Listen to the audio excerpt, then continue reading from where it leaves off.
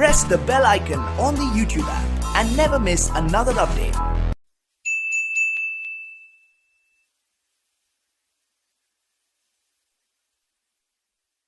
Good morning friends, आप सभी का हमारे YouTube चैनल ज्ञान मंदिर क्लासेज में हार्दिक स्वागत है। और आप सभी से मेरा आग्रह कि आप हमारे चैनल को सब्सक्राइब करें और ज़्यादा से ज़्यादा शेयर करें। जैसा कि हम कल अपने टॉपिक गति की समीकरणों के बारे में अध्ययन किया था, आज हम गति के नियमों के बारे में अध्ययन करेंगे जो सर आइजैक न्यूटन ने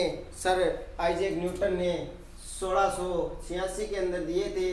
1686 के अंदर सर आइजैक न्यूटन ने अपनी एक पुस्तक लिखी थी, the naturalis Principia of Mathematica के नाम से एक पुस्तक लिखी थी, जिसके अंदर उन्होंने गति के 3 नियमों को बताया था। और गति के 3 नियमों का अध्ययन करने से पहले हम एक बात जड़त्व के बारे में पढ़ेंगे कि जड़त्व क्या होता है। तो जड़त्व वास्तव में वैसे तो इनर्शिया कहा जाता है और किसी वस्तु की स्थिरता की माप को भी हम जड़त्व के आधार पर बता सकते हैं।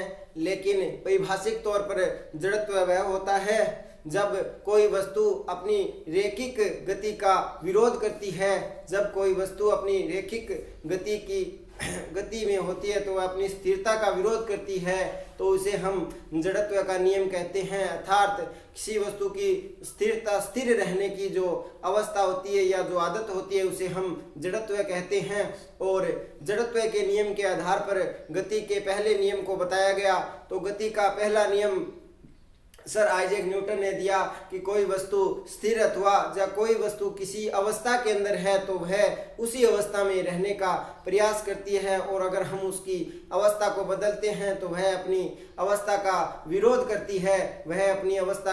विरोध करती है। तो इसे हम 2 भागों में पढ़ेंगे। एक तो स्थिर अवस्था के लिए जड़त्व का नियम और दूसरा गतिशील अवस्था के लिए जड़त्व का नियम। स्थिर अवस्था के लिए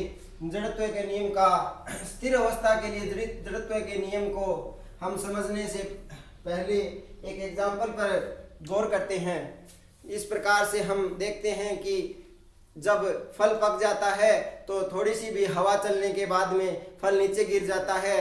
तो फल नीचे गिरने की जो क्रिया होती है वो स्थिरता के इस नियम के कारण ही होती है, क्योंकि जब फल गिराया जाता है तो पेड़ की शाखाएं हवा चलने के कारण गतिशील अवस्था में हो जाती है, लेकिन जो फल होते हैं वो गतिशील अवस्था में नहीं हो पाने के कारण अपनी स्थिति का विरोध करते हैं, और स्थिति का विरोध करने के कारण वे अपने स्थान से अलग हो जाते हैं। और इसे हम स्थिर अवस्था के लिए जड़त्व के नियम से पढ़ते हैं। तो स्थिर अवस्था के लिए जड़त्व का नियम स्थिर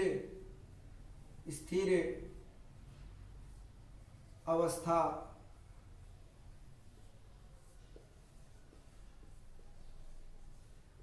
के लिए जड़त्व का नियम। इस नियम के अनुसार हम देखते हैं कि कोई वस्तु स्थिर अवस्था में है तो वह स्थिर अवस्था में ही रहने का प्रयास करती है, और अगर हम उसकी अवस्था परिवर्तन करते हैं तो वो अपनी अवस्था परिवर्तन का विरोध करती है। अर्थात जड़त्व के स्थिर अवस्था का नियम ये कहता है कि कोई स्थिर वस्तु है तो वह स्थिर ही रहना चाहती है और अपनी अवस्था का विरोध करती है। इसे हम एग्जाम्पल के तौर पर हम देख सकते हैं कि एक कांच का गिलास लेकर के इस कांच के गिलास के ऊपर अगर हम एक गत्ता रख दे और गत्ते के ऊपर हम 5 का सिक्का रख दे, तो अगर हम गत्ते को हाथ से झटकने का प्रयास करेंगे तो ये सिक्का इस पानी के अंदर भरे हुए गिलास के अंदर आ जाएगा। ये स्थिर अवस्था के नियम के अनुसार ही होता है, क्योंकि जब हम गत्ते को आगे झटकते हैं हाथ से तो गत्ता तो गतिमान अवस्था में आ जाता है, लेकिन गत्ते के ऊपर जो सिक्का रखा हुआ है वह सिक्का अपनी स्थिरता बनाए रखने के कारण वहीं पर रुकना चाहता है, और इस गत्ते का अलग हो जाने के कारण उसे कोई आधार नहीं मिल पाने के कारण वह गिलास के अंदर गिर जाता है। तो ये स्थिर अवस्था में जड़त्व के कारण ही होता है। दूसरा होता है गतिमान अवस्था के लिए जड़त्व का नियम। दूसरा होता है गतिमान अवस्था के लिए जड़त्व का नियम। गतिमान अवस्था के लिए जड़त्व का नियम।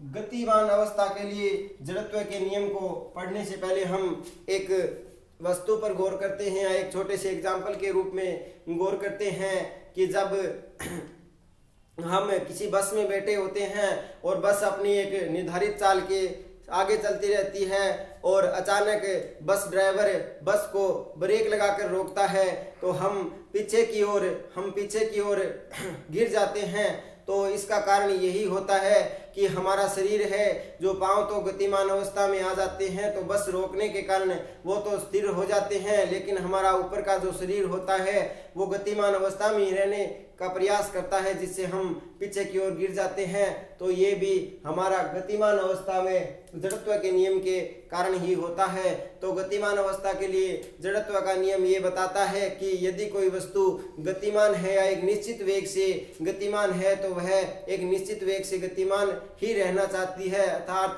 वह अपनी अवस्था परिवर्तन का विरोध करती है। और इसी विरोध के कारण हमें हमारे सामान्य जीवन में इस एग्जाम्पल को देखने को मिलते हैं। और गतिमान अवस्था के इन दोनों स्थिर अवस्था और गतिमान अवस्था के दोनों जड़त्व के नियमों को हम गति का प्रथम नियम कहते हैं, जिसे गैलीलियो का नियम भी कहा जाता है और गति का प्रथम नियम और न्यूटन का प्रथम नियम भी कहा जाता है। तो न्यूटन के प्रथम नियम को हम अब दोनों को मिलाकर के इस प्रकार लिखेंगे कि यदि कोई वस्तु जब एक समान निश्चित वेग से गतिमान है या स्थिर है तो वह अपनी अवस्था परिवर्तन का विरोध करती है, अर्थात अगर वो स्थिर है तो स्थिर ही रहना चाहती है और गतिमान है तो गतिमान ही रहना चाहती है। इस प्रकार गति का प्रथम नियम होता है और गति के प्रथम नियम के आधार पर हम गति के नियमों के परिणाम को बता सकते हैं, बल के नियमों के परिणाम को भी बता सकते हैं। अर्थात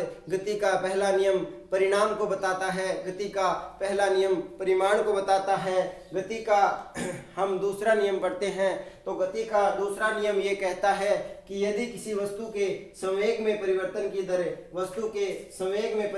दर बल के समानुपाती होती है, वस्तु के संवेग में परिवर्तन की दर बल के समानुपाती होती है तो इसे हम एक न्यूमेरिकल रूप में समझेंगे। और बल का जो हमने अभी तक पढ़ा था कि बल का मान F = ma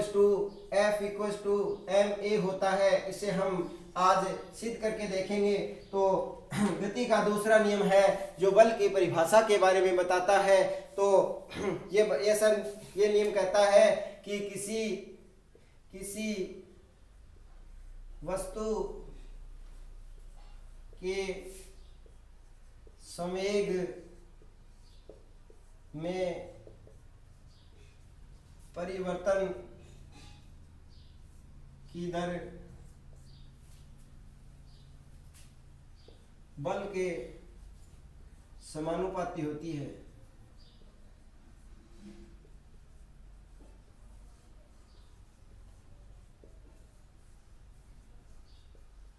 अर्थात F समानुपाती mv, चूंकि m × v को हम संवेग से पढ़ते हैं, m × v को हम संवेग से पढ़ते हैं, m × v को संवेग से पढ़ने के कारण इसे हम बल के समानुपाती बताएंगे। तो द्रव्यमान × वेग को हम संवेग कहते हैं और इसी आधार पर हम इस बल की परिभाषा को, बल की जो नियम होता है F = ma, उसे देने की कोशिश करेंगे। तो हम जानते हैं कि कोई वस्तु है जो प्रारंभिक वेग u से स्टार्ट होती हुई अंतिम वेग v तक पहुंच जाती है और इसके अंदर इसको t समय लगता है। कोई वस्तु t = 0 समय में स्टार्ट होती है, अर्थात उसका प्रारंभिक वेग u होता है और अंतिम वेग v होता है और टाइम t के साथ जो बदलता रहता है। तो हम एक छोटा सा मापन के लिए विचार करते हैं और उस विचार में हम देखते हैं कि एक वस्तु है जिस पर संवेग लग रहा है, तो संवेग लगने के कारण P equals to m into u होता है, और दूसरा इसे P2 कहेंगे, और ये संवेग लग रहा है तो अंतिम संवेग हो जाएगा m इंटू वी हो जाएगा, m इंटू वी हो जाएगा। m इंटू वी होने के कारण इन दोनों का हम अगर अंतर निकाल ले तो डेल P हो जाएगा। दोनों के अंतर को हम डेल P अर्थात P2 माइनस P1 से डिनोट करते हैं, P2 माइनस P1 से डिनोट करते हैं, तो del P equals to m v minus mu होता है, और v माइनस mu होता है, इसे हम P से डिनोट करते हैं। तो अब टोटल जो होता है वो F equals to m v होता है। तो अब लिखेंगे हम F equals to m v minus u। अब इसे हम टाइम के साथ डेरिवेटिव करेंगे, तो इसे हम एक्सीलरेशन a से डिनोट करते हैं, जो कि हमने कल गति की समीकरण u minus v equals to u plus at के द्वारा निकाला था, v बराबर u प्लस at के द्वारा निकाला था। तो हमारे पास इन समीकरणों को हल करने के बाद में निकल के आता है कि f proportional to m v minus u upon में t होता है, और यहाँ पर इस चिन्ह को समानुपाती या प्रोपोर्शनल बोला जाता है, समानुपाती चिन्ह बोला जाता है। और यहाँ पर समानुपाती नियतांक का मान हम 1 मान रहे हैं, तो f इक्वल्स टू m और v2 माइनस v1 का और अपॉन t का मान निकालने पर हमें a प्राप्त होता है। तो f इक्वल्स टू